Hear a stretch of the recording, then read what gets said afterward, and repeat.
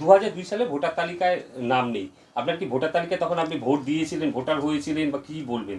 2002-এ তো আমি ভোটার লিস্টের তালিকায় যদি নাম না থাকে তাহলে আমার ওয়াইফের নামটা কি করে হলো?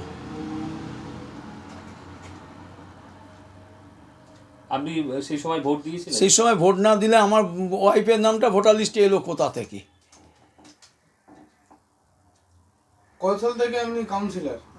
আমি 2 বছরের 10 বছরের কাউন্সিলর। এই যে নাম বাদ যাওয়াটা, এটা কি কারণ দেখছে? এই নাম বাদ দেওয়াটা ভোটার লিস্টে কারচুপি। কারা কারচুপি করছে? যারা রাজ্যের সেন্ট্রালে ক্ষমতায় আছে, যারা এসআইআর করবে, তারাই এই কাজটা করছে। এবং বিরোধী দলনেতা বড় বড় কথা বলে বেড়াচ্ছে, কোথায় 2টো নাম আছে, কোথায় 3টে নাম আছে, আর অরিজিনাল লোকগুলোর যে নাম কেটে যাচ্ছে সেটা তো উনি বলছেন না। ভোটার তালিকা সংশোধন যা কিছু করে, বিএলও থেকে শুরু করে যাদের দায়িত্ব, বিডিও, এসডিও, ডিএম, পুরোটাই তো রাজ্য সরকারের এখতিয়ার, কিন্তু কন্ট্রোলটা করে সেন্ট্রাল নির্বাচন কমিশনার।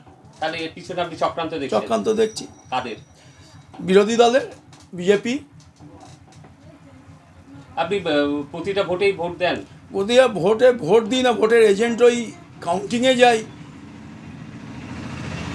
আপনার নাম আর ডেজিগনেশন? আমার নাম তাপস ভদ্র, পৌরপিতা, বারুইপুর পৌরসভা, কত নম্বর ওয়ার্ড? Ward number 13।